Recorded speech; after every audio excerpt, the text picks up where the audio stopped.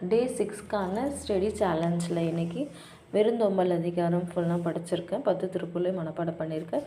அதுக்கப்புறமா அரண் வலியுறுத்தல் அதிகாரமும் கம்ப்ளீட் பண்ணியிருக்கேன். ஸோ தமிழில் இவ்வளோ தான் படித்தேன்.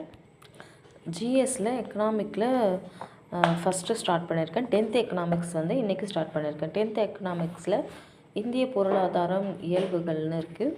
இது சிலபஸ் வைஸ் நமக்கு ஸ்ப்ளிட் பண்ணி கொடுத்துருக்காங்க.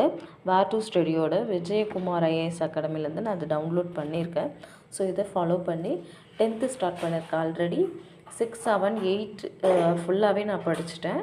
இப்போ 10th ஸ்டார்ட் பண்ணியிருக்கேன். ஸோ இந்த ஒரு லெசன் யூனிட் 1 கம்ப்ளீட் பண்ணியிருக்கேன்.